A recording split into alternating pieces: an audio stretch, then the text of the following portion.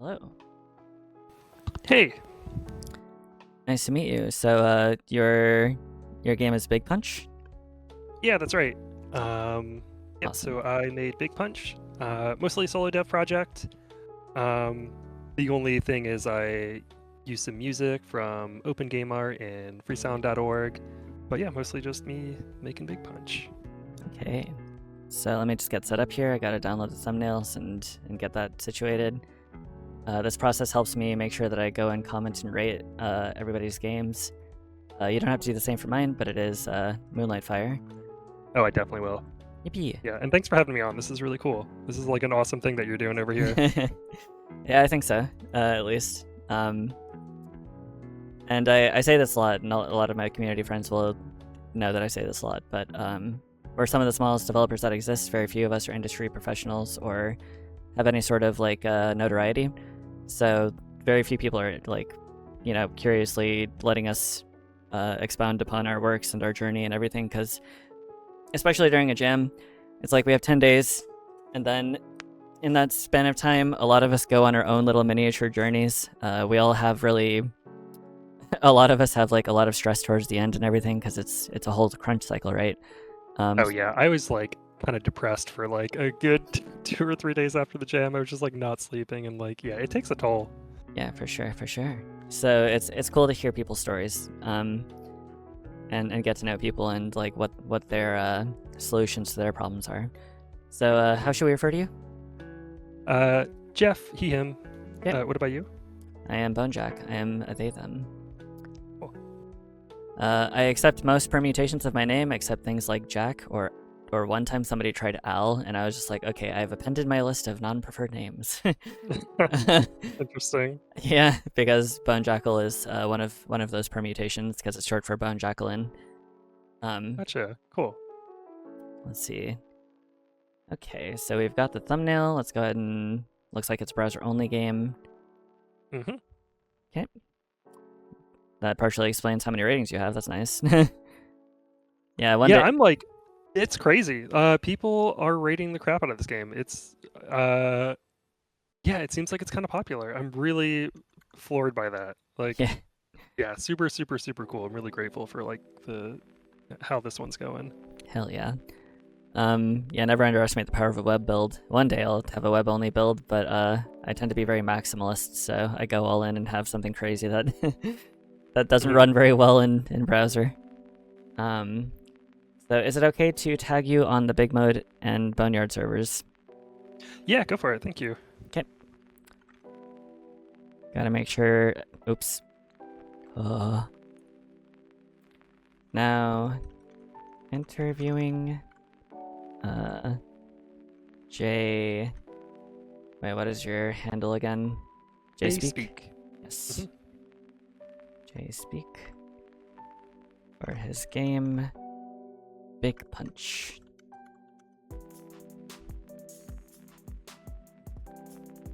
And just curious, did you see me in the BIGMODE server? How did I find this? I don't know. I was just kind of like scrolling around and ended up here. I kind of scrolling around. Forget how I got here, to be honest. Scrolling around where? What was I doing? I don't know. Like, I was just like on my laptop, just browsing. I must have seen you in the BIGMODE Discord. Okay, I honestly don't remember how I got here.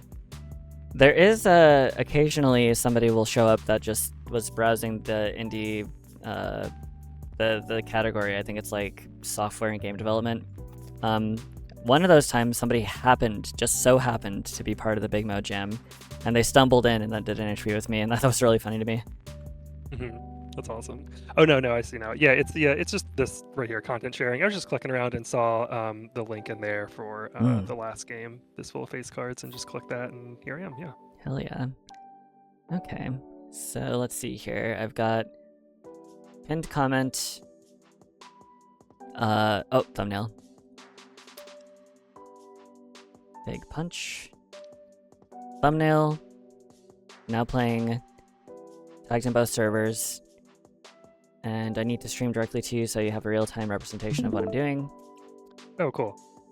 Yeah, and you can mute my stream and stuff if you're still in it. And then... yeah, what else? Did you have a start screen to linger on? What was that? Do you have a start screen to linger on? Oh yeah, you can just like click start and just linger there. Very good. Because I do have like this royalty-free like lo-fi playlist, but I would rather have the jam stuff on. Mm-hmm. Oh wait, this is the thumbnail. Oh right, it's browser only. I would recommend a controller if you happen to have one. It's not a huge deal, but yeah, I think it plays a little better on controller.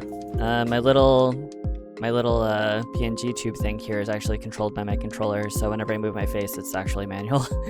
Oh, interesting. Yeah, I set this up with Godot. Oh shit. Well, I have started, which is not intentional. So let me restart this. You can just refresh. Yeah. Yeah, if you hit anything, it just starts. Gorblins. Hell yeah. Gorblins. They're not goblins. Yeah. Okay, so I believe that is everything. Yeah. Okay. So, alright, Jeff. So, how did you get interested in the BIGMODE Jam this year?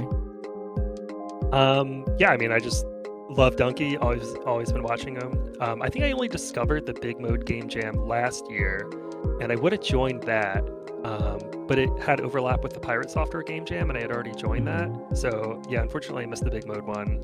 But I just told myself I'd do it this year, and yeah, got around to doing it, and I'm really happy about that. Okay, awesome. First time chatter, JP Sourdough, Big Punch, what's up, home? Pine Glide Dev. Oh, cool, nice. Yeah, Pink Glide was awesome. We were talking in the Discord a little bit about that. Awesome, nice. Awesome. Welcome. Yeah, welcome. The queue is open after this for a little while, so if you also want to come on, then that's an option. Anyway, so big fan of Donkey. You only got a hold of the BIGMODE Jam this year. So over the 10-day period, how much time were you able to dedicate? The whole 10 days. Awesome. Yeah, thankfully, I had. I don't know if I should be saying this on like a stream, but I kind of the week beforehand, I kind of like front loaded like a lot of stuff for my job, so I could like kind of focus on the game jam like throughout that whole week. So yeah, I was able to spend a lot of time on the jam, like basically the full 10 days. Yeah. Not 24/7, but almost every day I was working on it at some point. Yeah, good enough. Well, awesome. Listen, I don't mind if you get that money, like the while you're working on stuff. Mm-hmm. Last bunch of stuff 3 or 4 days early, so I had the time. Right. So yeah, you sure. How do I say this? You did your best, let's say. So how was the last few days of the jam for you? Good. Yeah. I think towards the end, I was like kind of crunching more, and it was really affecting my sleep. Because I don't know about everybody else, but when I'm like working really hard, and I kind of work right up until I go to sleep, like my brain is just like firing on all cylinders, and there's like no chance I can actually like go to sleep. My brain is just like teeming with like thoughts and ideas and like all these things I need to fix and blah blah blah. And it's just like, yeah, getting sleep is just like hopeless. So the last like, I don't know, 2 or 3 nights or something like that was pretty sleepless. Just like felt like the jam was just like this all-consuming thing that kind of burnt me out, across the finish line there. So it was rough, but at the end I had this like, as soon as I submitted on Saturday night, like it's like kind of exhausted euphoria just kind of like washed over me. It was like a really fun state to be in, honestly. It was just like, I don't know, I was like super sleep deprived, but also just really like euphoric at the same time. It was, I don't know, it was a really fun experience, I guess. Okay. Yeah. I have my own issues with that. My body would not let me sleep very well. Like towards the last few days, I had like 10 hours of sleep between the last 3 days, and I ate like 1,200 calories, and my body went into starvation mode. I couldn't move my body very well. It was crazy. Oh wow. Yeah. That's wild. Yeah, making games is a dangerous business. Yeah, it's because it was a crunch cycle, like jams are basically submitting yourself to crunch, right? So yeah, I've had a rare sleep disorder from it before, actually, from crunching every single day, like chronically. Don't need to move in a lot when programming. Yeah, exactly. So it's like I'd be sitting in my chair, and then finally when I sent the jam, I went upstairs, and while I was going up the stairs, I was like, why does my entire body and my brain feel like it's being smothered by pillows? Yep. It was a bit surreal. So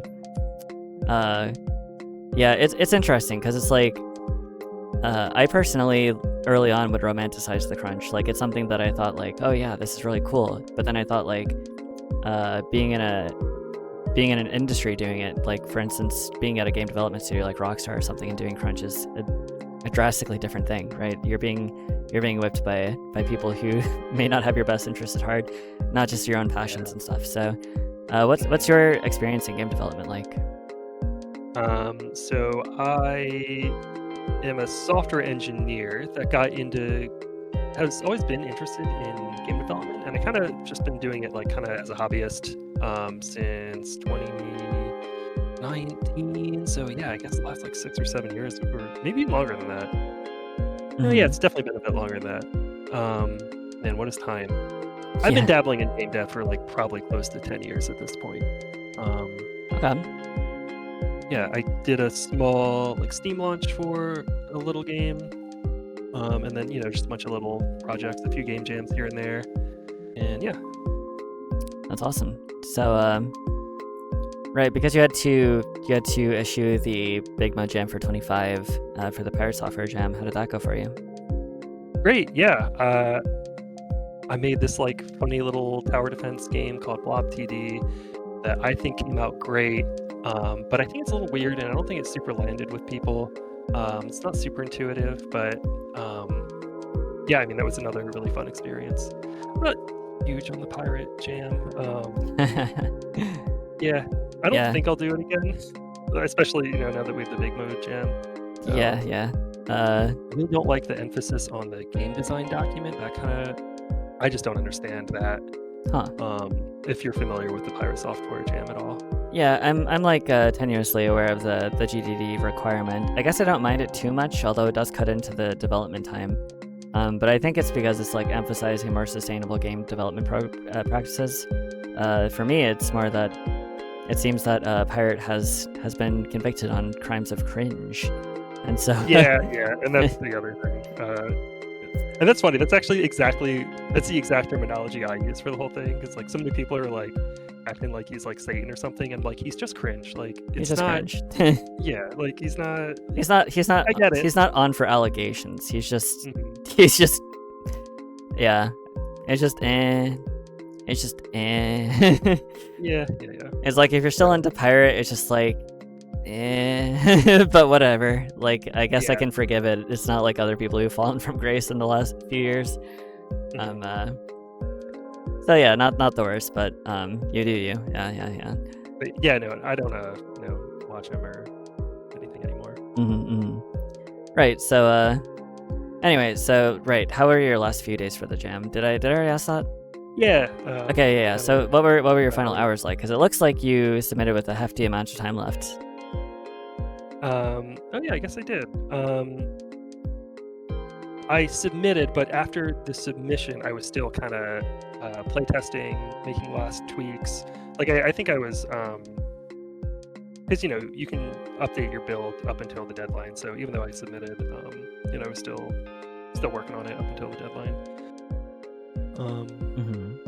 But yeah, it was like I said, just kind of like this malaise of like I was just like pretty out of it at that point. It was just a lot of tweaking. The heart drop rate was like a big thing I was really kind of honing in on at the end there, just kind of messing with that forever. Just kind of like last minute little polishy things. I think I did have I hit the deadline like pretty comfortably, even though there was definitely a lot of crunch there in the last few days. I felt pretty confident that I could do it pretty much the whole time.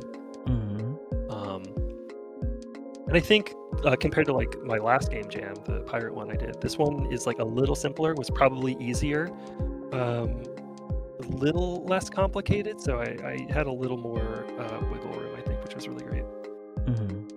And I think the simplicity made it easier to work on a little bit, but also like I think makes it a better game. I'm really happy with kind of the simplicity of this one. That's like the one thing I'm probably the most proud of. It's like really simple ideas that just I think they kind of click, and I was really excited by that. Yeah, awesome. So on that topic, how did you explore and react to the theme of Slick?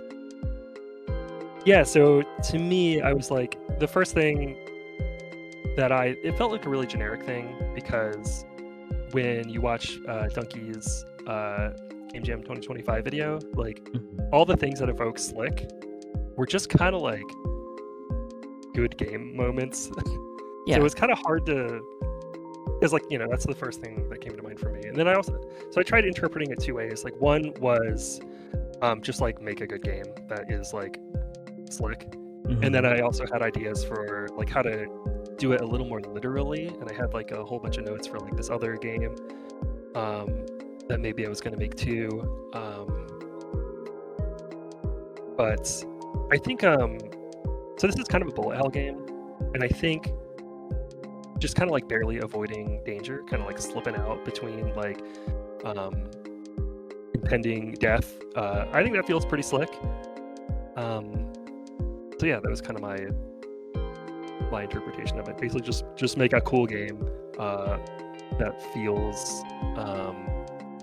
like tight, responsive, and I don't know, just has moments that I can imagine Donkey calling slick, I guess. Yeah. So not to be too conceited, but there's a bit of lore behind this. So I used to watch Donkey pretty religiously, all the way up to the 23 Jam, and since then I have actually watched like less than 10 Donkey videos or something, because I just got so wrapped up in game development, and That's awesome though. I more have stuff on in the background, and Donkey's videos are something that I have to pay attention to, right?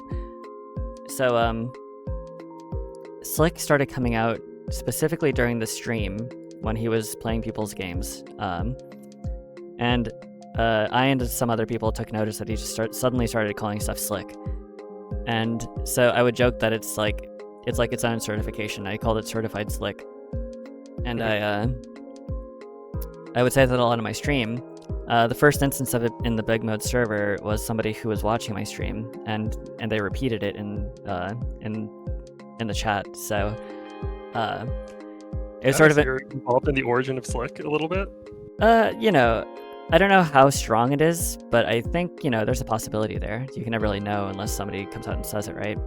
The BIGMODE team is probably aware of me by this point. Fluppy actually collaborated with one of my community members for this jam, which is insane. that was a wild thing. Who's that? Fluppy is one of Donkey's friends. Okay, cool. Donkey occasionally mentions Fluppy in his videos and stuff, and then there's also Gotcha. BIGMODE Ben, BIGMODE Sean. They've definitely like seen me around, because we're part of the reason that Shpubo got played on stream for the 25 Jam in the streams. But yeah, so I started joking that things were certified slick, like it was an extra honorary title that you had on top of having your game played as a finalist, and unofficial. But in the 25 Jam, whenever Donkey would say something is slick, I went into a PDF like certificate generator, and I would be like, you know, I hereby award you like the certification of like certified slick or something, and I would post that in the chat.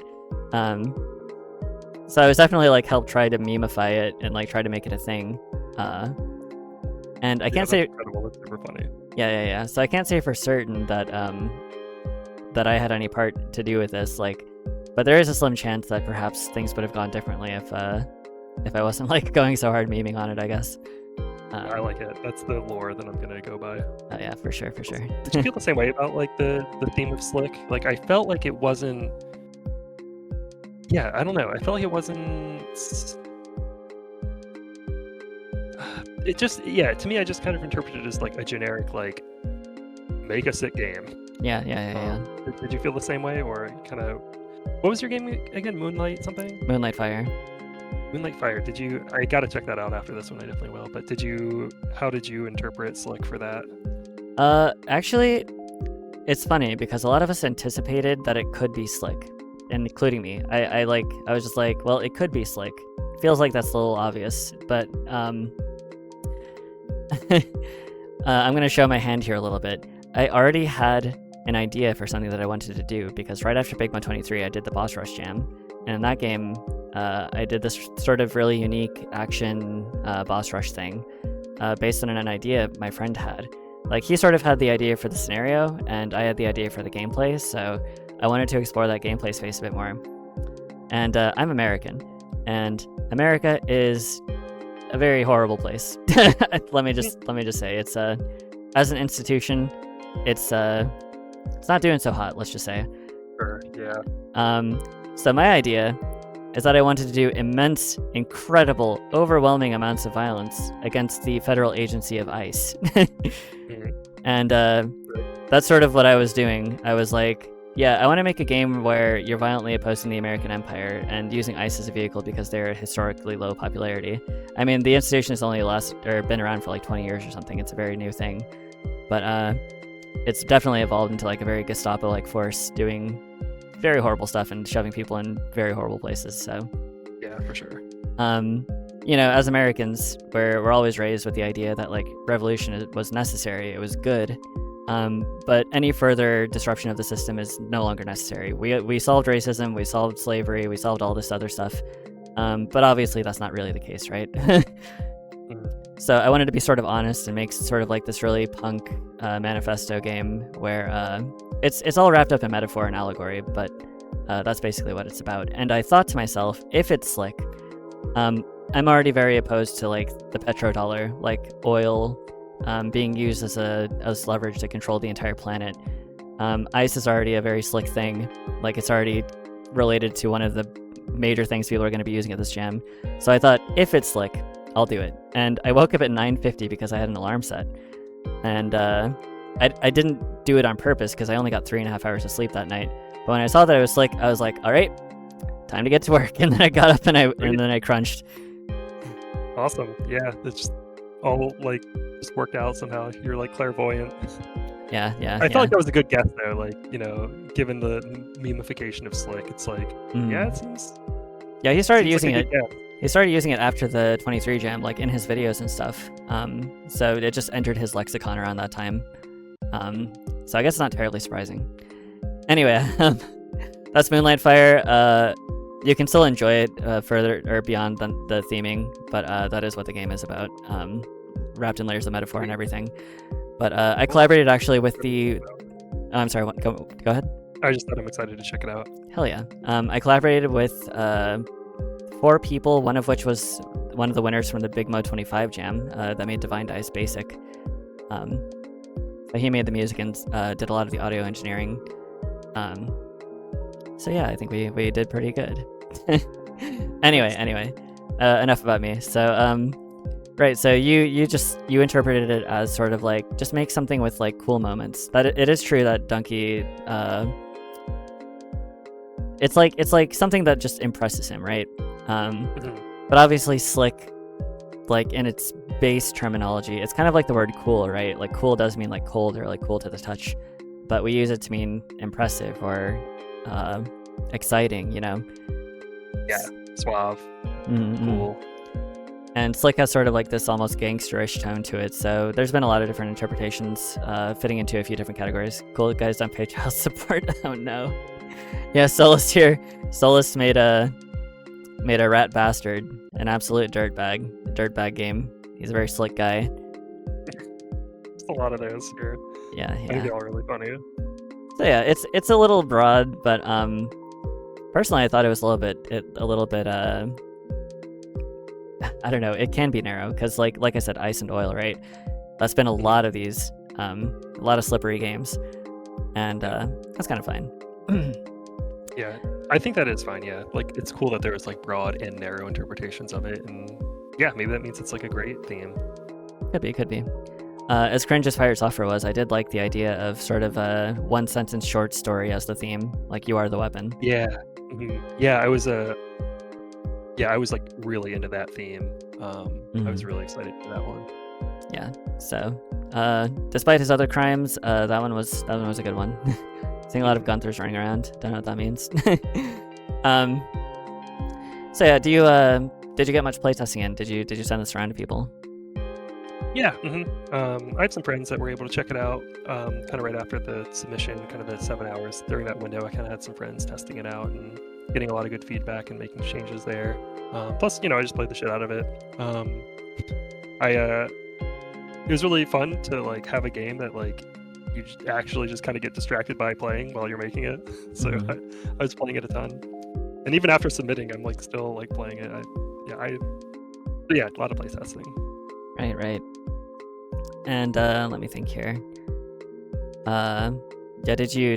Were you talking with your like friends and family about the game? Do you talk with them much about your game development? Yeah.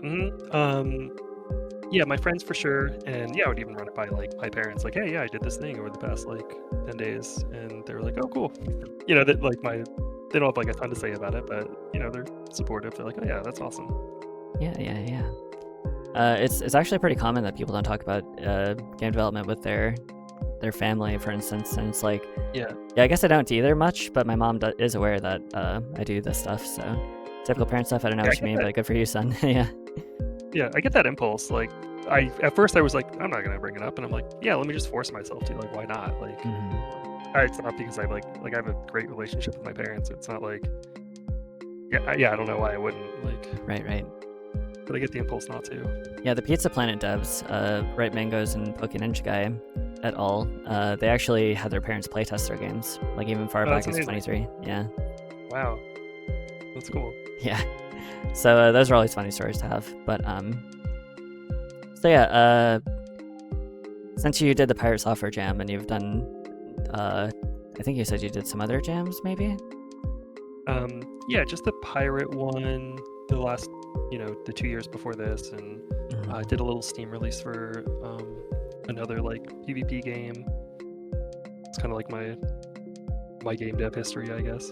Gotcha. Would you say that you came up against any like extremely oppressive problems, things that you really had to learn a lot to get ahead of, or even just like, do you think that you improved much in your game development skills over this time?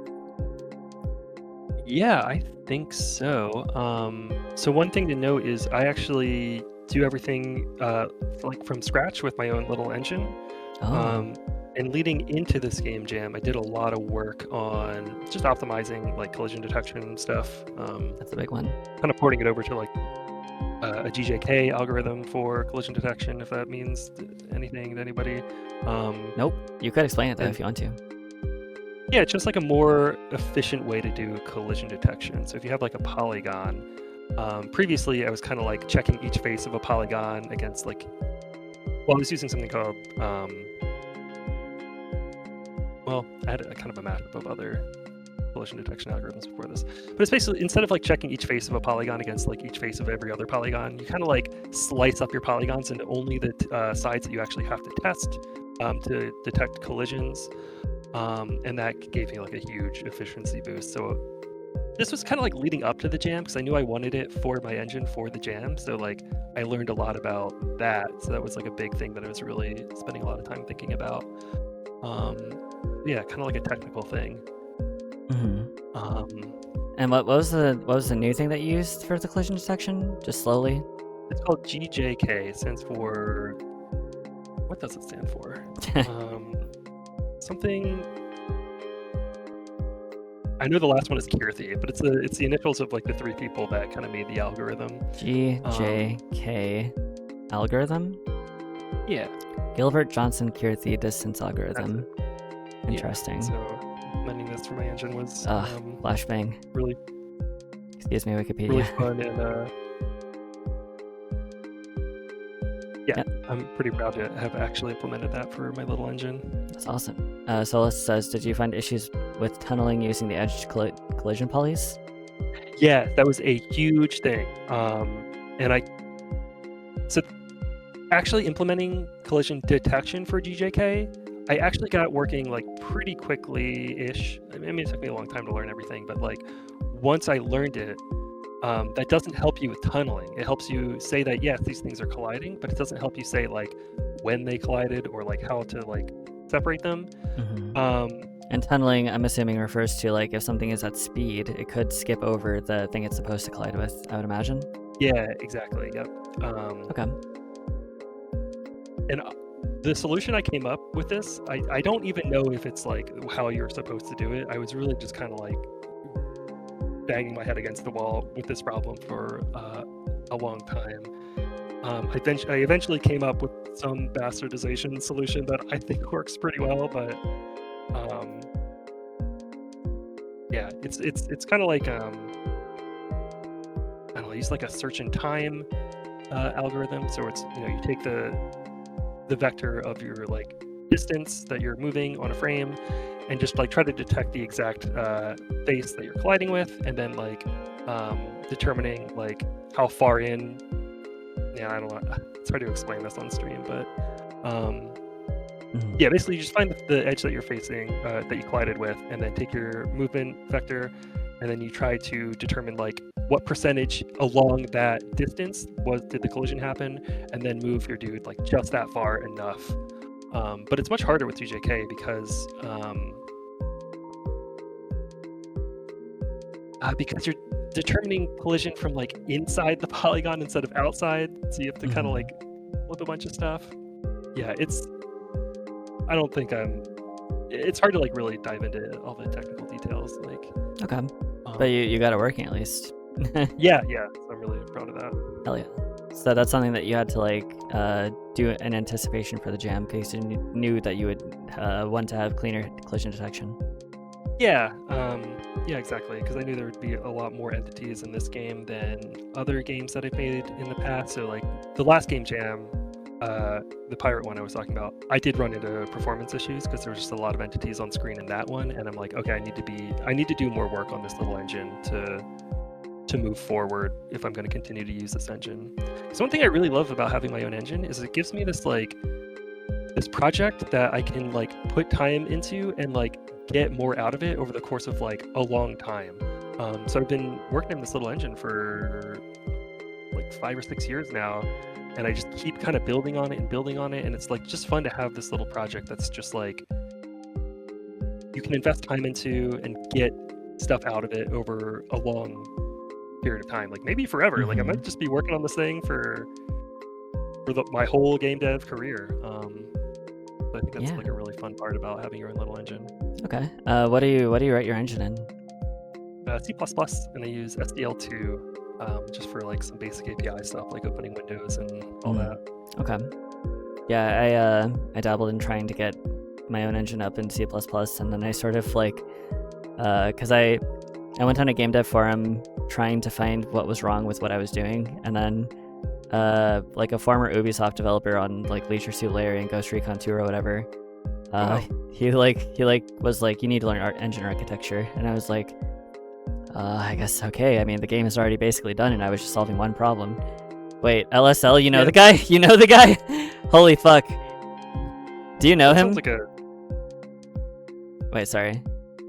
Yeah, go for it. Okay, so one of the funny things about him is that he made this engine called... No, but I looked into it. Oh, really? Wait, you looked into him based on my description? That's wild. Anyway, yeah, he's El Spiro. He made his own engine called the LS engine. And the first thing that I noticed when I booted up his engine was that he replaced all of the stock data types with a capitalized version with his initials in them. So, like, instead of bool, it was LS bool, LS int, LS uint, etc. So weird. Okay. I don't really know. I don't know enough to say whether or not this was like just an exercise in narcissism, because I've never seen anything written in the LS engine, but it feels that way to me. But yeah. And also just like I mean, I don't know this guy, so whatever. Right, that initial answer where it's like you're asking help for like one thing, I feel like saying you got to learn all this stuff that I'm an expert in just feels like not helpful and kind of like intentionally demoralizing. Like it just, I don't know. Yeah. Yeah, because what ended up happening is I did learn engine architecture. I set up my factories and, my managers and everything. And then I got something working, and I didn't know where to go from there. And I was just like, I don't want to make engines. I would rather make video games. I think that's what I'm here for. Yeah, it's funny. I'm kind of the opposite. Like, I got into this, I guess. Yeah, you asked me kind of what got me into game dev earlier, and I kind of forgot the answer until just now. But yeah, I was more interested in actually making engines and games. I mean, yeah, we need those people, right? Like, I use Godot, and Godot is an engine. We need engine architects. But I like how they kind of feed into each other, though. Like, I like the game being this like North Star for like doing the engine work. Yeah. Yeah, making tools for yourself is pretty good. I've made tools for myself in Godot, for instance. And of course, this the little creature that I'm piloting right now is entirely built in Godot. Sweet. So yeah, it's a cool thing. I'm glad that you were able to do this. So, but yeah, you said that you explored the theme of Slick from the perspective of just like making cool video game moments. So, what was that for this game? What came to your mind? I mean, the title kind of it's a little self-explanatory. Big yeah, punch. You got a big punch, and it does a lot of crazy shit when you throw that out. And it's just it creates like kind of this chaotic chain reaction of events. I think it feels good to like throw out like this punch that you're kind of like upgrading over time. So there's like incremental elements. So it's like you're feeling stronger and stronger, and every time you throw this thing out, kind of creates this a little bit of chaos that you have to manage on the fly. And I think like just those two things like feed into each other in a way that just feels slick and cool. Like it just it's kind of hard to explain, but when you play it, I think you'll get it. Okay, awesome. And the music is Next to You by Joth. Is that a free thing, or is that one of your jam partners? Yep. No, that's just a track I found on Open Game Art. I've used this track for all of my game jams. So I should probably reach out to, I think maybe I did like last year actually reach out to Joth on Open Game Art and say, hey, like I'm using this track, thank you so much. People really like it, but it's very pleasant. Yeah, I love it. It's the reason I use it for all my jams. Yeah, that's awesome. And I know that it's not attributed to your specific jam project, but something that I like to do.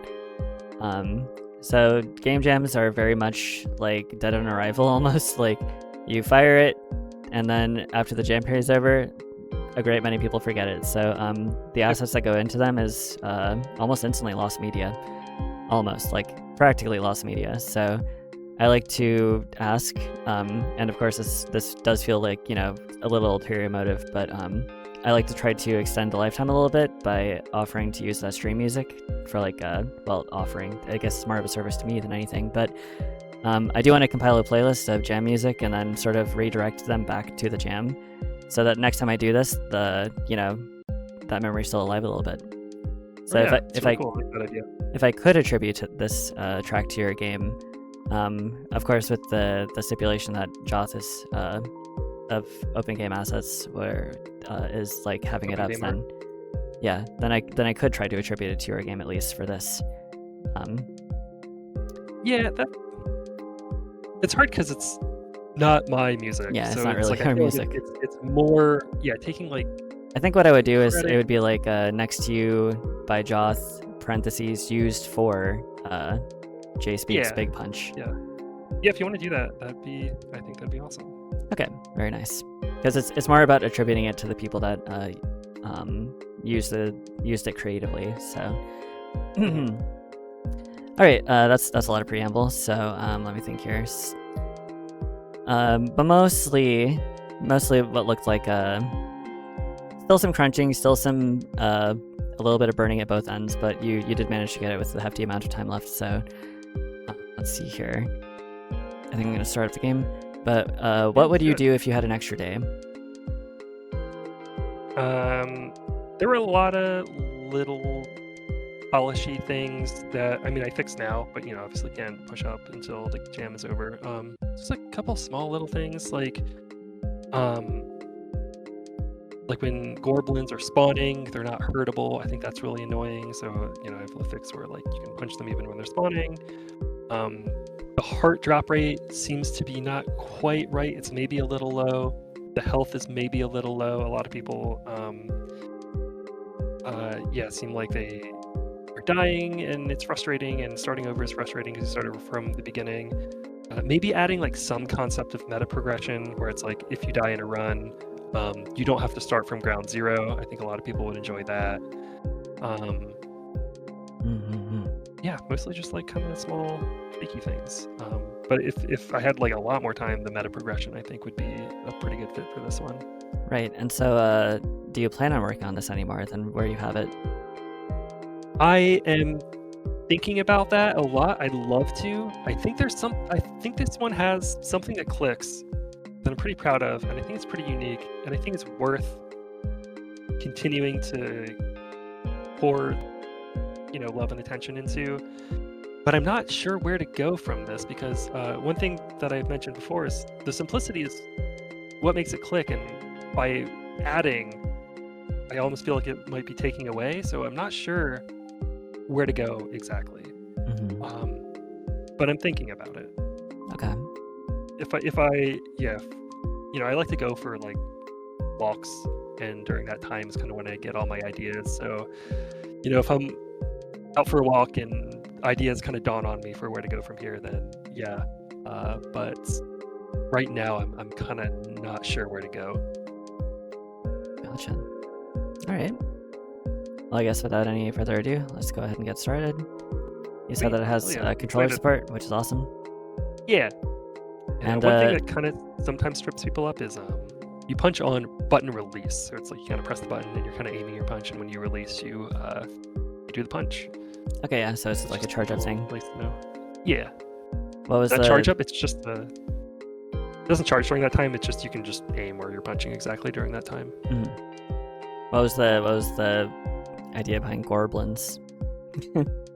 I just went to type goblin and threw an R in there because it's funny, and that's it. Good idea, or good reasons on you. Looks like I got a little tiny punch. Oh. Yep. It's not big punch yet. You've got some hit stop in there. That's nice. Yeah. The freeze frame was a big deal, I think. It is also necessary for game design, as you'll maybe see later. So a lot of people have a hard time at first with this one, and it's kind of by design. To be difficult, it's important to feel weak at first. Dead. For this game to click, I think. Yeah. So yeah, it might take you a minute to kind of get the hang of it. Okay, you can punch them into each other. That's nice. And bounce them off. That's nice. Yeah, so there's this tabletop RPG that I've been into recently.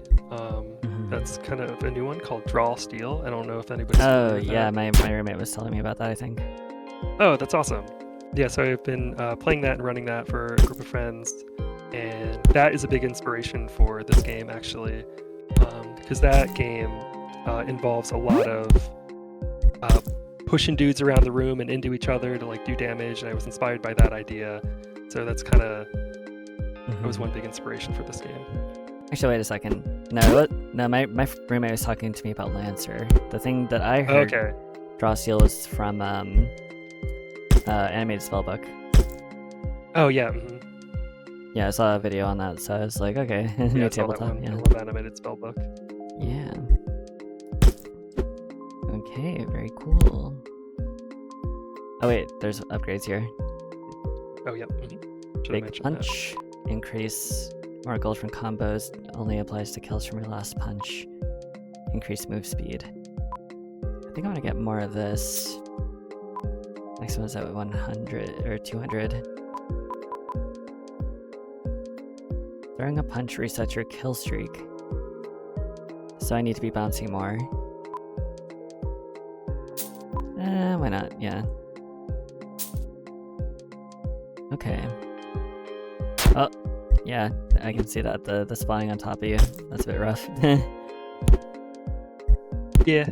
Was that something they can't hurt you during their spawn animation, so you do have time to move out of the way.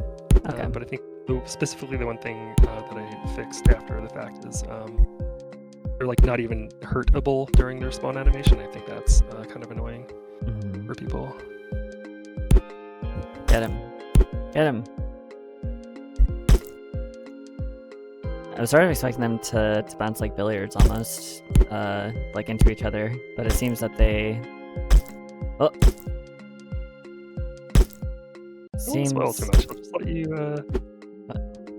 I'll just let you see kind of how it evolves. Okay.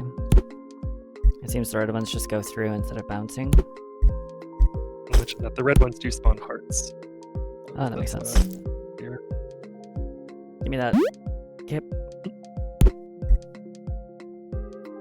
Yeah, I like this. I like this concept, especially with the bounciness. Yeah, thanks.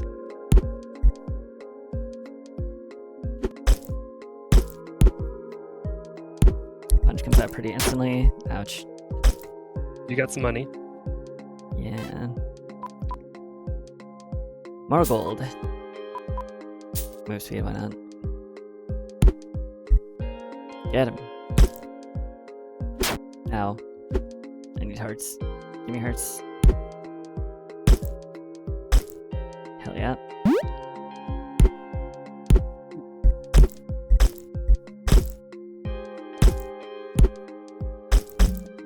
Hell yeah. Ouch. Oh, I need hearts. Yeah, like I said, that's one thing that a lot of people have commented on is the heart rate might be a little low. And it's also a little RNG dependent too. Yeah, I would imagine. Okay. Give me hearts. Give me hearts. Where are they? How much time were you spending fucking around in your own game? Oh yeah, a lot. I think I mentioned earlier where it's like I couldn't stop like just playing. Yeah, it happens. I think I did a responsible amount of playing my own game. There weren't too many times where I'm just like literally just wasting time just playing it with no goal. Yeah, zoning out. Yeah, it's... I'm kind of proud of myself because I actually just get tempted to boot up my own game every once in a while, which is like a first, I think, because I mostly make sort of tightly wrapped story games. That's amazing. That's a great sign. Yeah. Let's see. I do have a lot of money now. Nope, that's 1,000. We'll get there though. You can afford stuff though. Yeah. This does remind me, speaking of tabletops, maybe 1 minute per wave. Yeah. Oh shit. I've played a lot of D&D. In fact, a lot of my game characters come from things that I was like brainstorming creatively in D&D. Nice. One of my characters was spec'd into the maximum amount of physical shove that you could do in that system. So it was like a 4-class multi-class bastard called the Greaser. And what I would do is I would cast the Grease spell with one of my 2 wizard spell slots. And oh my god, so like for this jam, you mean? no, this is from a while ago. Okay. But the Greaser is one of my favorites because we were just like belligerent assholes the whole time, and I spoke with an East Coast accent. But yeah, amazing. I could shove somebody like over 100 feet in one round. That's incredible. Yeah. What kind of East Coast accent? My activation word is water, so I would talk like this. Nice, yeah, that's awesome. So I'm a Jersey guy, so hell yeah. yeah, I could I'm an expert in being able to write your East Coast accent. Well, I did try to sort of like I was training for like weeks. I was like I want to make sure that I can do this for long periods of time, and yeah, it's like a New York accent. Okay. I was just I think I described it as a Brooklyn accent, but I don't really know the specifics very well. But water is a fun thing to say. And then I was actually speaking like this so frequently at my table that one of my friends literally forgot how I sounded normally. That's awesome. One of my roommates thought that I was code switching when I spoke in my usual accent. Yeah, it was funny.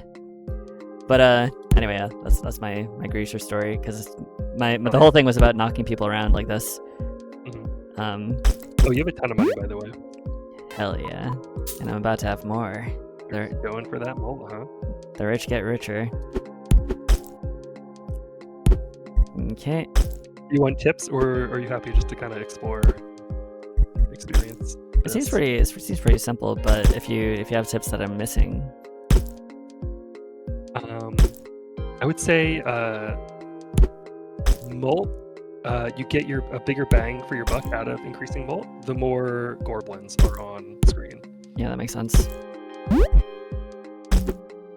Yeah, let me spec into that. It is more dangerous, however. Yep. And if you didn't notice, the ultimate goal of the game, it says on the title screen, but it's to kill 100 gorblins with 1 punch. That's awesome.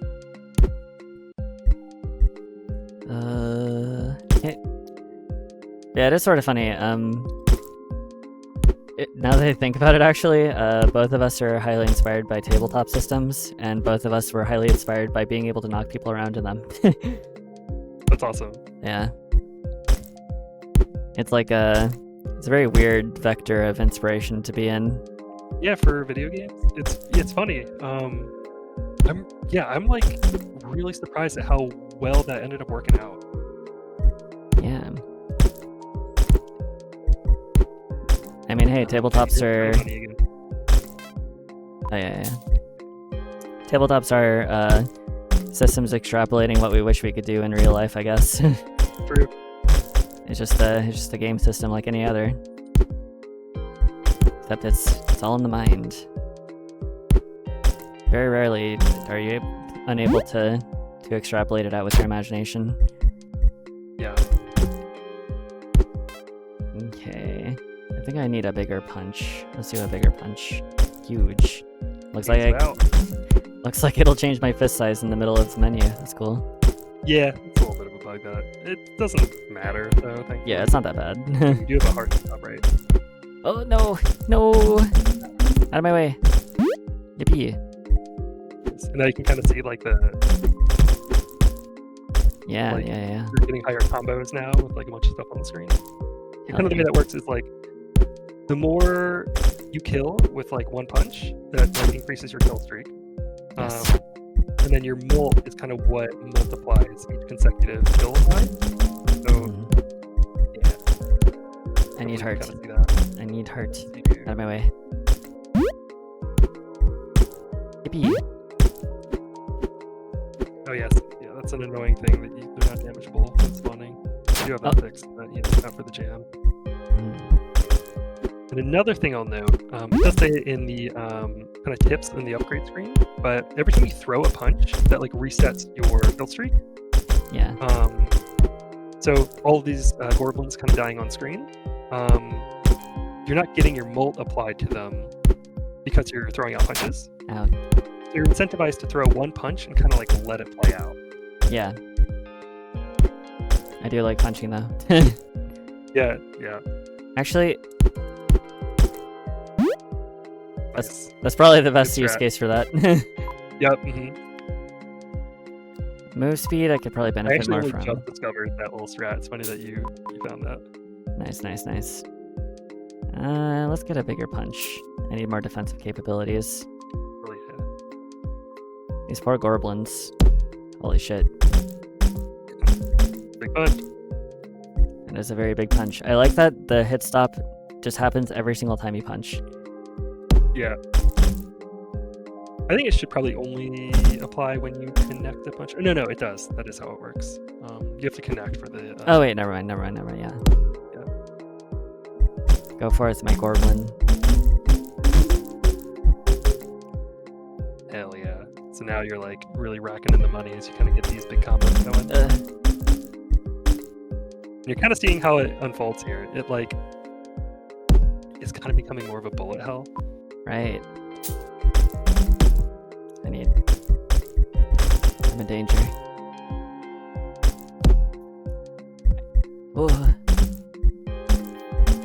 It's funny because doing these jam interviews, I've done like hundreds of them by now, like literally. And that's crazy. Really? How do you have the time? well, currently I'm doing game dev full time. Like this is my job basically. Oh, awesome! Congratulations. That's yeah. a big deal. It's definitely a dream for a lot of people for sure.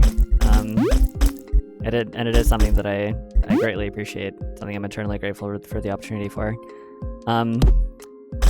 But yeah, in the 23 jam, I interviewed literally like over 10% of the teams there.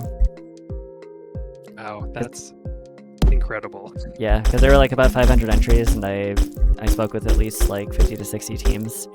So that was a really cool opportunity. But that was also a really grueling jam cycle because we had 2.5 weeks for that one, and it was followed by like a 2-week voting period, maybe longer. So it was very protracted. Yeah. Okay, it's bullet hell time. Let's increase mult. I want more speed. Oh, that's a lot of speed. A little dangerous there. Maybe this is probably a good speed for a while. Yeah, I was thinking about that. Like, yeah, I was wondering if like being faster than this is actually a bit of a detriment. But you know, that might be something I change.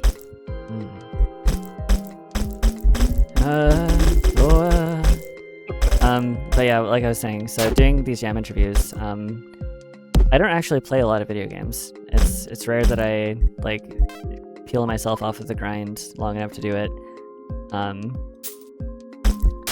Shit. Interesting. And so I need to just. Yeah. Good strat. Yeah. Hell yeah. But with these jam interviews, I managed to play like a huge variety of games that I would never do like basically for any other reason. Yeah, it's super cool.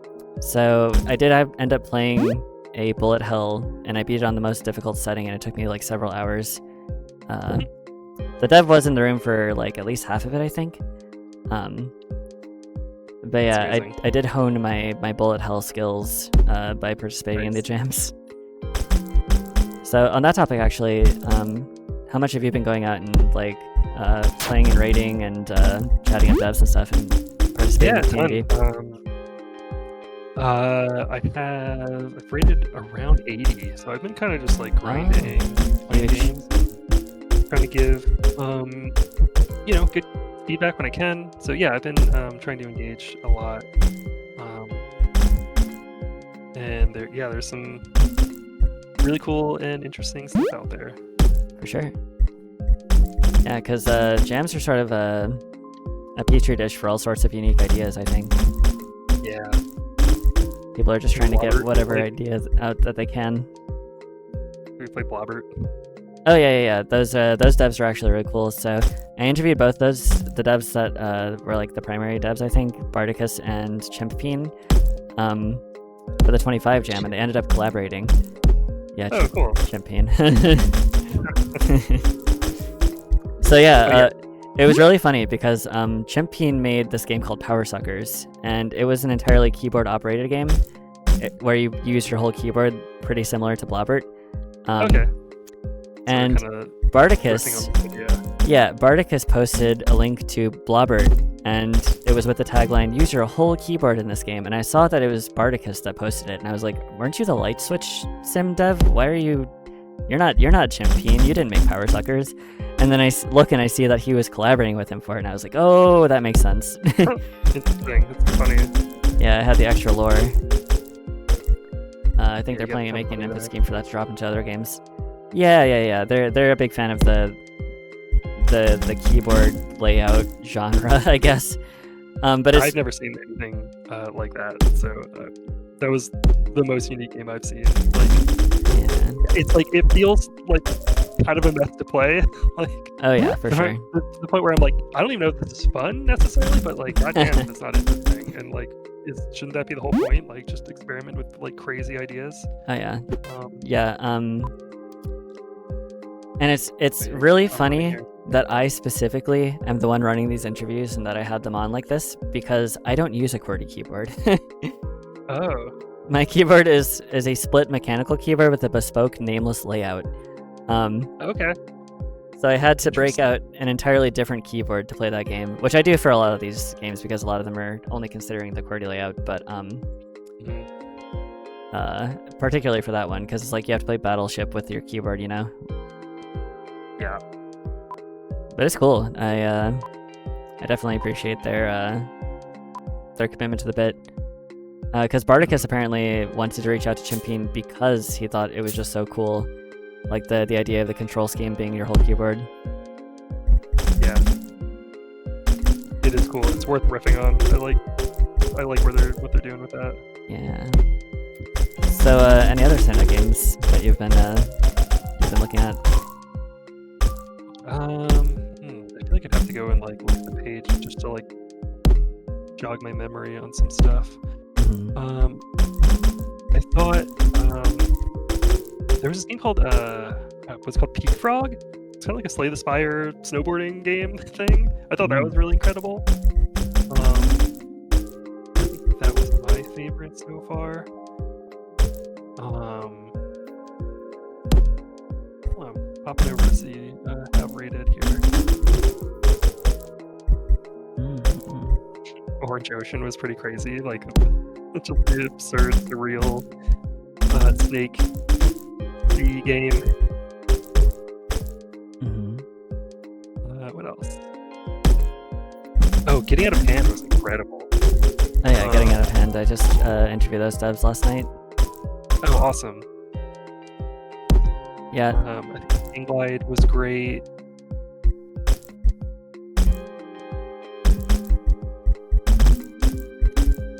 This game is... Yeah, Getting Out of Hand was... Oh, go ahead. This game is so funny because it's like, okay, now I'm just like... I'm dodging Brownie in motion. Like it's...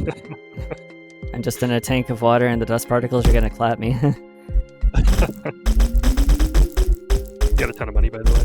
Yeah, I thought so. But I want to clear the board a little bit. Get away.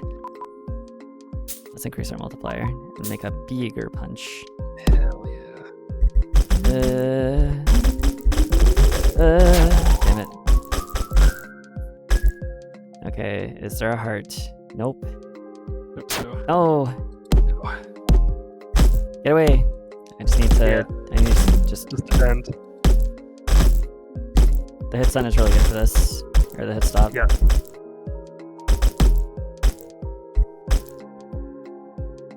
Give me red. Give me red.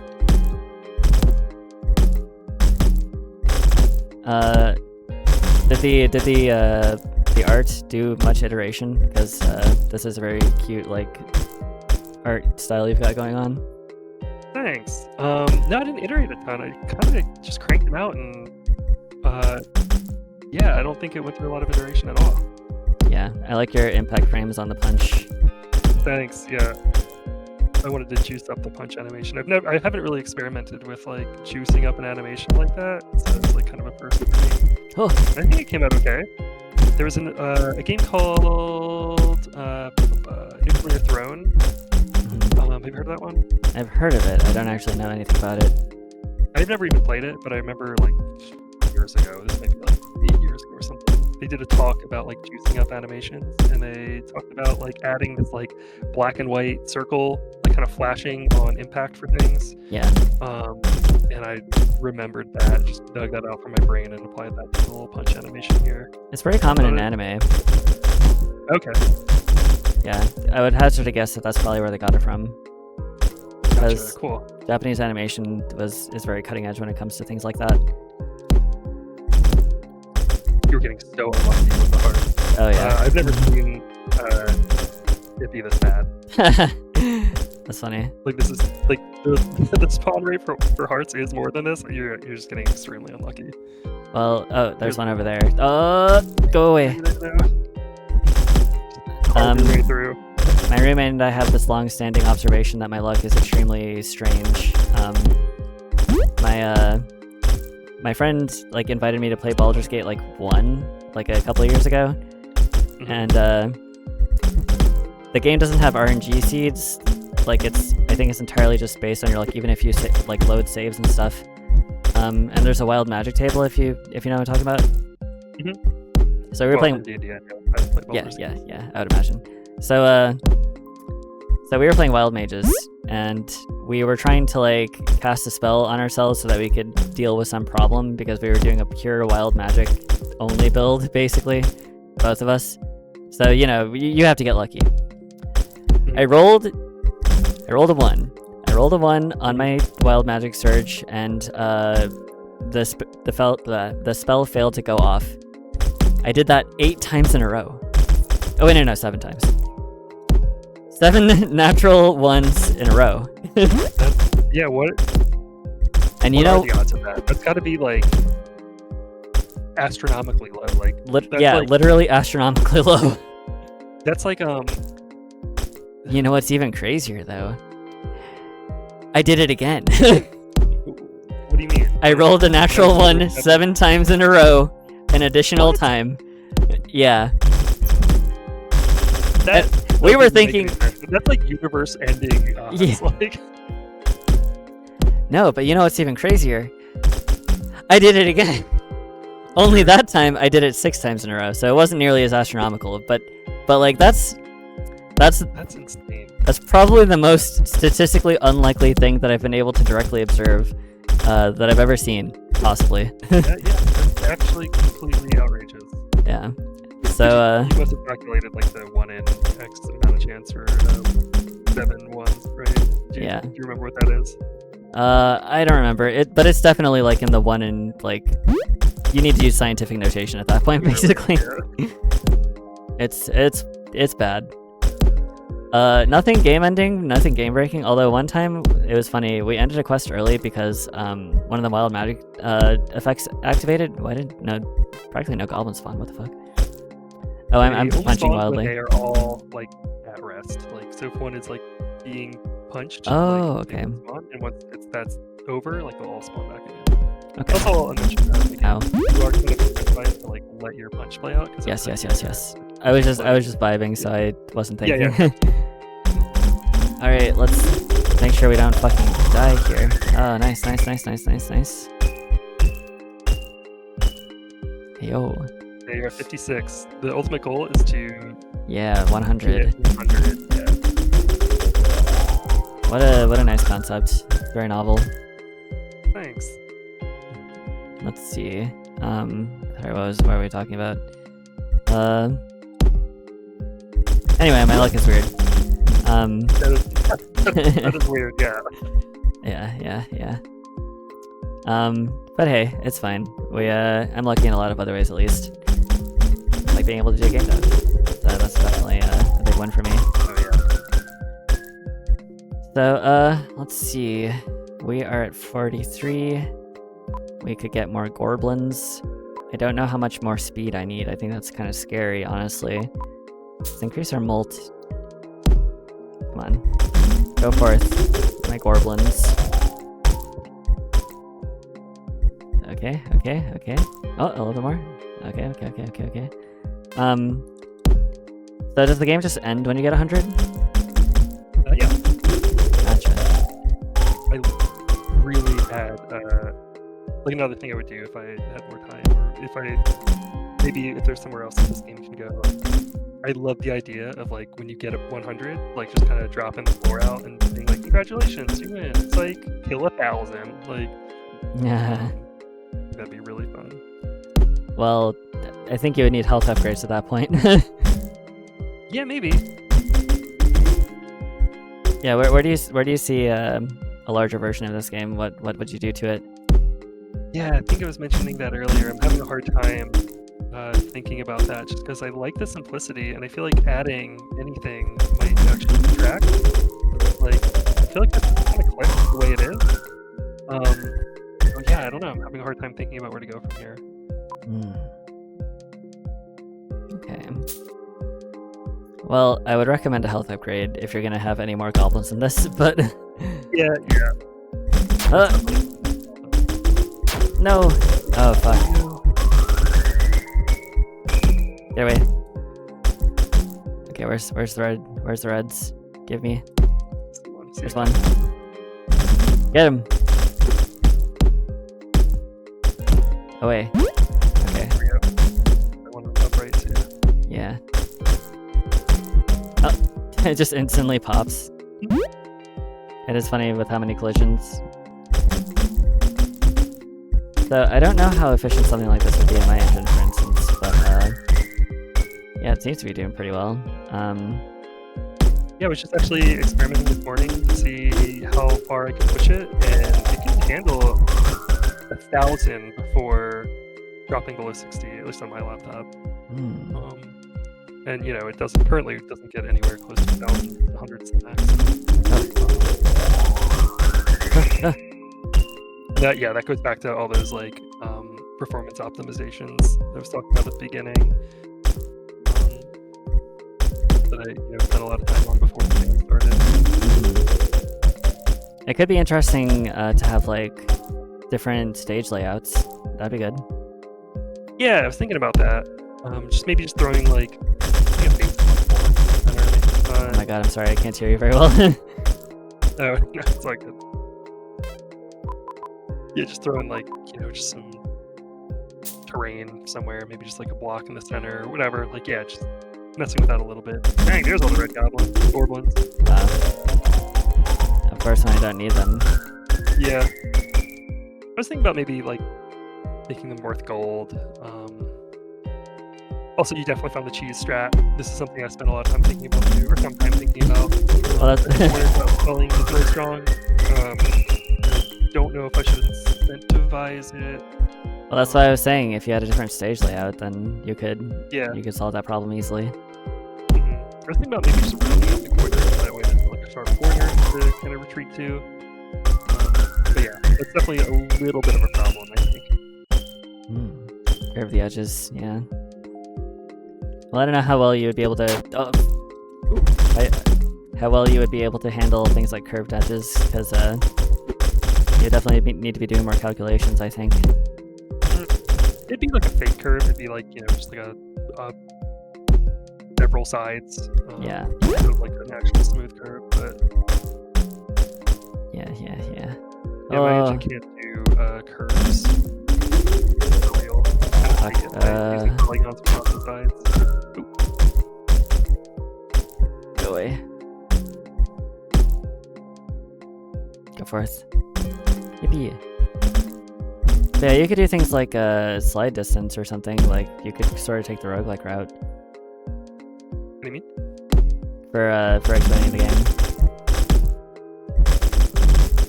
You said slide distance? Yeah, like because the goblins only slide like so far, right? So you could start them sliding a little bit less, and then build that up over time. Because there's a lot of space for the iteration, I suppose. Oh. Clearing the screen. Wow, hell yeah. No reds. Classic. What use are you? Get out of here. Oh. Almost. No reds. Can't put you in the ass corner, Drell. Like they spawn right on you and kind of like lunge at you. I'm not sure. I'm not sure if corner dwelling is like a huge problem. It can bite you in the ass, I think, sometimes. Yeah. Ooh, like that. Okay, alright, it's time. Clear your path. I also noticed that the red goblins turn green while they're in hit stun. It's like just kind of doesn't matter. Thankfully, it's not. But yeah, it's definitely like a funny bug. Out of my way. I'm a wave of destruction. The sounds. Do you have a ton of gold? I do have a ton of gold. More gold. Alright, go for it. Were you like gonna drop it? I'm sorry, it's hard to hear you when things are going. Yeah. How's it running for you? Are you noticing it dropping frames at all, or? Oh no, it's buttery smooth. Okay, sweet. The stream kind of lags a little bit sometimes, so I wasn't sure if that was a game or not. We're at 60 something. Very nice. Getting there.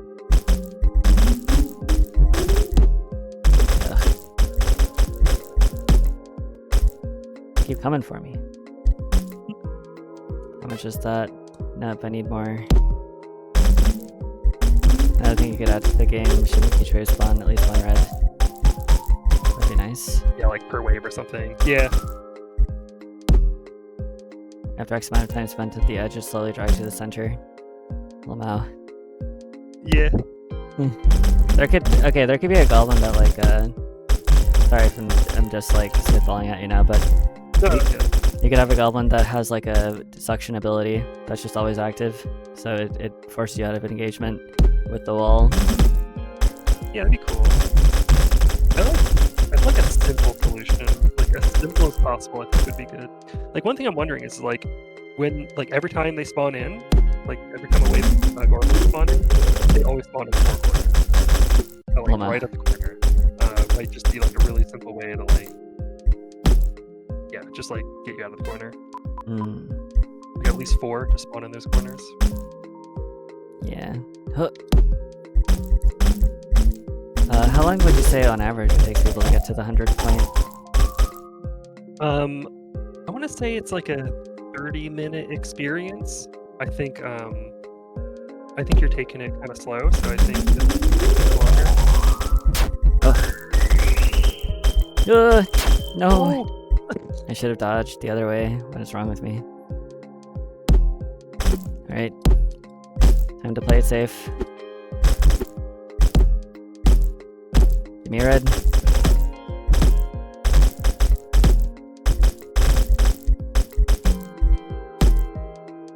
My punch is so big now. It's a big punch. Big punch. Alright, clear path. There we go. Got it. Yeah, it was a little bit hit or miss there. Okay, need red. Okay. New crop of gorblins.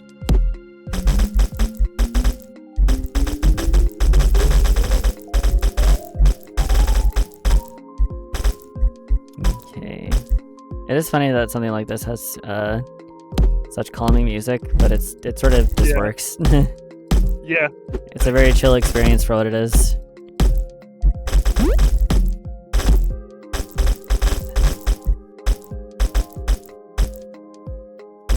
Okay. Alright, full hearts. Got a couple reds on the screen. Feeling good.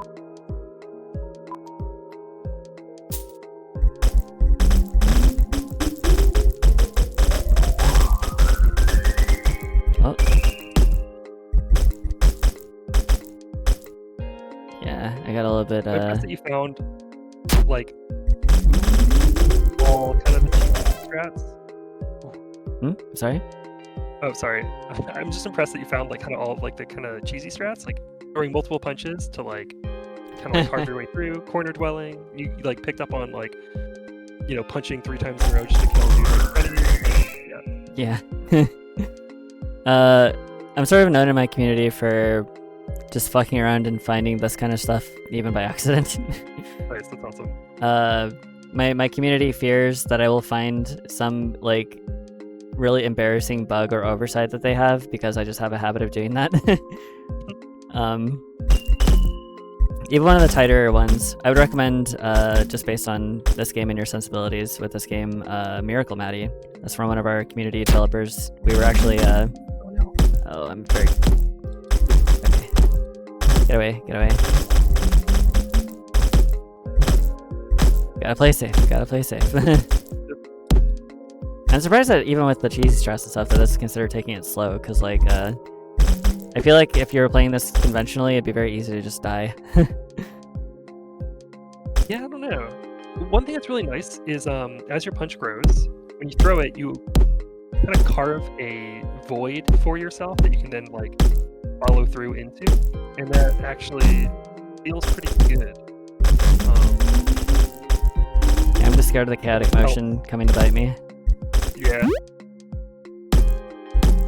But yeah, I'll say that playing conventionally is like works. Like not like you can react to everything.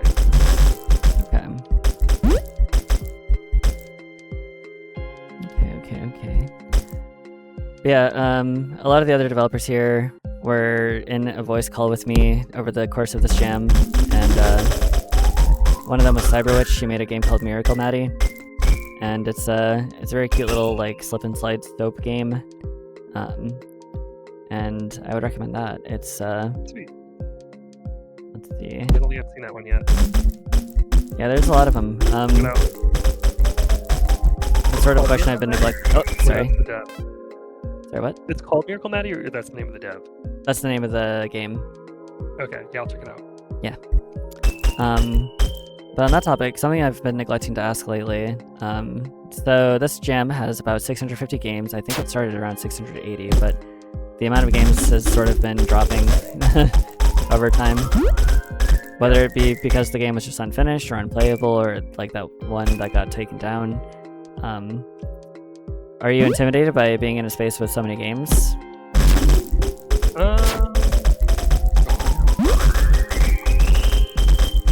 Sorry. No.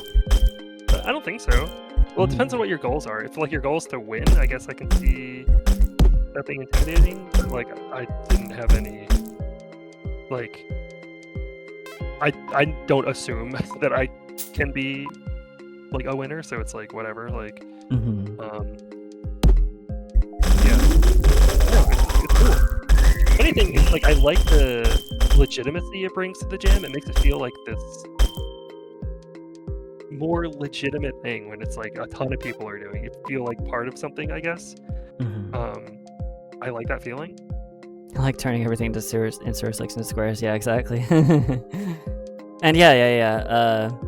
I think that the goal should be just to make something that that you could be proud of, and that helped you increase your skills and keep yourself sharp and make something cool. Yeah, exactly. This isn't like a competitive thing. I know there are winners and all that, but like really it's just for everyone involved. So Right. And it would be really cool to get streamed again, because my first game here did get streamed as a finalist. Didn't win a certificate, but yeah, just like I don't assume that my game will be like the thing that Donkey is going for. That's gonna get streamed. That's gonna win. There's been stuff that's been snubbed before. Like I think that both of the top aggregated score games from the first two, the ones that just had the highest the highest de facto rating, both of those did not win any certificates or even the grand championship. Oh. It was just they were streamed, but yeah. Also devastatingly, the first one, Facet, had some bug, I think, and it like Donkey just couldn't stream it or something, so he had to go back and stream it like or record footage of it like after the jam was over, which was nice of him, I think. Yeah, that really is. Cause yeah, man, like it's a nightmare like to think about like having like a little bug that just kind of ruins the whole jam for you or something like that. Like, man, that makes me like sick to my stomach to even think about. Yeah. Actually, my game, Moonlight Fire, it was supposed to end a very specific way. But with the grace period, I tried to address some of the minor bugs and ended up actually making the ending of the game inaccessible. That's so hard. Oh no. Yeah, it was rough, but our team plans to try to make that into a Steam release in the next month. We're gonna try to do a slash and burn really short dev cycle and try to get it out as soon as possible, because we all have stuff we need to get back to. How big's your team? It's me, Basic, and the developer of an elephant game, Mike. We have some minor support by HC1, but we're trying to keep, I really want to keep things short so that I don't have to, or not short, but like small, because doing logistics of delegating tasks is difficult. Like coming up with something for somebody to do if they don't already know what to do is like kind of a nightmare, so I want to avoid that if possible. So I'm going to try to keep the team very, very small. I get those hearts. True. I blanked out. No. Okay, there's another heart. B. Yeah, I get that. Like, ideally, when people have ideas, right? Like, I haven't actually worked on a team, So I'm just talking, I'm like just guessing, but like I imagine like if people just kind of like, yeah, they kind of know where they want to go. Like I feel like that's probably necessary. Like, yeah. Just that makes it more of a, it's just more fun when like, you know, like these people aren't just like tools for you. They're, you know, it becomes like a truly collaborative, like work that even surprises you. Yeah, for sure. I definitely dig into the expertise of my jam partners in things that I know that I can trust them on. Ultimately, though, I do have to be a team leader, so it's like my game and my project, and to keep things from spiraling out of control. Like I've been on teams that have dissolved because of creative differences, and it's just like, yeah, we just need to get it done. Like we need to pick a direction and move, you know. Yeah. Oh, you have like game ending money, by the way. Hell yeah. Well. Oh no, you don't. Sorry, I thought that said 2 million, not. Lama. This game could use commas. It could use them. Indeed. Actually, on that topic, so since this was a solo affair for you, do you think you'd be willing or interested in like finding collaborators for the next one? Yeah, I think that's a lot. I really do like working solo, but I do think that there's something to be said about collaborating. Like, yeah, it's an experience that I want and have. But yeah, I'm definitely open to it. I just like, I work in my own engine, and I almost feel like I don't have the skills that are transferred to a team. Like, because I don't know how to use any engine. I mean, I can always learn, but even if it's just art assets or music or something. True, yeah. I had thought about that, just being an artist. I consider myself a programmer first. I think I use my art skills to just join as an artist. I think that would be good. Yeah, or even somebody just doing art for you while you code and stuff. Yeah, true. Because I refer to collaboration as like the most powerful superpower. Like having somebody who is of similar mind, or at least willing to realize your vision, and committing to that is like, it's like why the human race has like persisted this far. You know, like we are collaborative creatures by nature. We're social creatures. We are best when we are eusocial, and we are worse when we are antisocial. Yes, I like that take. I think it's awesome. Yeah, exactly. I struggle to kind of struggle with that sometimes. I guess like I tend to want to silent. I have that like impulse. Yeah. And from my dirty communist takes, I think that a lot of that boils down to like the sort of Western individualism. It's like with the AI boom, for instance. It's like, it's not necessarily saying it's like an extra way to silo you and to disenfranchise you from other people, because like, oh yeah, you can just do everything yourself. You just have a little robot assistant and you can do whatever the hell you want. Right. Yeah, you guys were talking about this in the last game. Yeah. That's a fun topic. For sure. Yeah. I mean, it's not. It's fun in a certain sense. It's fun to. It's interesting, I guess I should say. It's like. It's fun when you're on the same page and you don't feel like you're alone and like a space alien living in like a psychopathic hellscape. Yeah. But I'm pretty anti-AI. I hate it. It messes with me a lot. Like I had like a rut in terms of teamness. Like for the past like year, I actually really struggled to like find motivation in the age of AI, because like. Just like not understand it, like it feels like so devaluing. Yeah. It's just depressing, I think. Damn it, I'm so late. This game is amazing. This is Pigeon Guy, the developer of Car Wash Calamity, or at least one of them.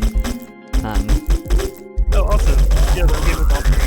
I think I left the rating for Car Wash Calamity. That's like the Undertale style one, right? Like. Yeah, the Undertale Car Wash game.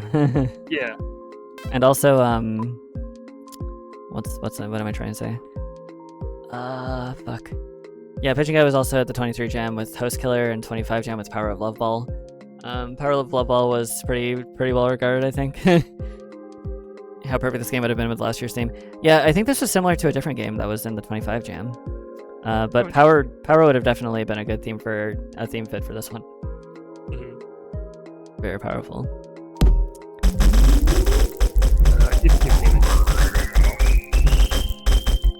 But yeah, the topic of AI is extremely depressing, especially with all the nefarious actors in that space. Yeah. So yeah, I think more than ever, it's sort of like it's like before it's easy to clown on like new artists on DeviantArt or whatever, but nowadays it's just like, actually this is sort of given new life to things. Like, maybe it's fine to make bad art. Maybe it's less cringe to make bad art than a lot of the alternatives. I love bad art now, like more than ever. Like, it's like, wait a second, the indomitable human spirit persists in the age of like ultra dystopia. Like, let's go. You know Brandon Sanderson? I'm sorry, one more time. You know Brandon Sanderson?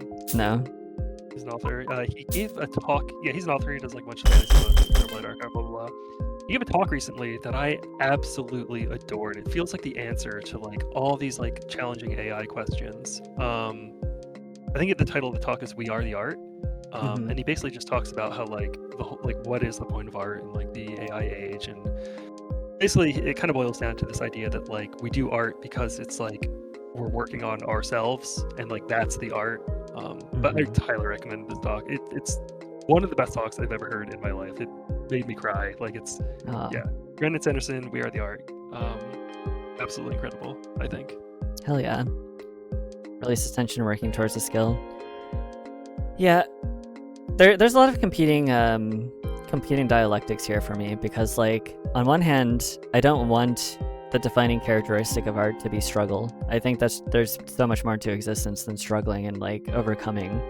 But on the other hand, I think that there is something about like validating the human experience, and in particular having labor relations, like good labor relations, because under capitalism we certainly do not have that.